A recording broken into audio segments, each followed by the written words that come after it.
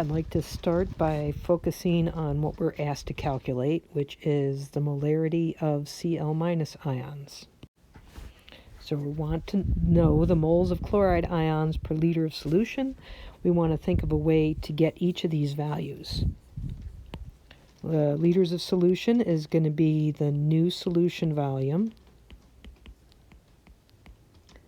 that we get from adding the 250 milliliters of water to the 150 milliliters of initial solution.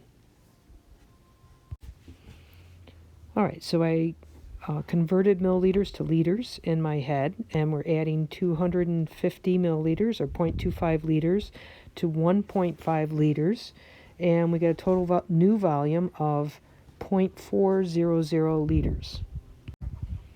Now we want to determine how many moles of chloride ions we have, and we use the volume and concentration of aluminum chloride along with the dissociation reaction.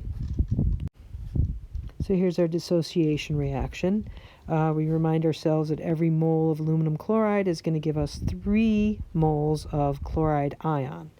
So we can start with the molarity of aluminum chloride, multiply it by an appropriate mole-to-mole ratio.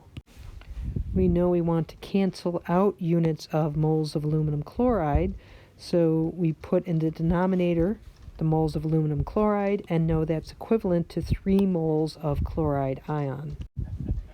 And we're going to multiply that by 0.15 liters, which we get from the solution concentration and volume. Okay, now we finally multiply by the solution volume, which is 0.150 liters, and we get the moles of aluminum chloride. Now we can put in our moles of moles of chloride ion, 0.0450 moles, and we get our final concentration of chloride ion as 0.1125 moles per liter.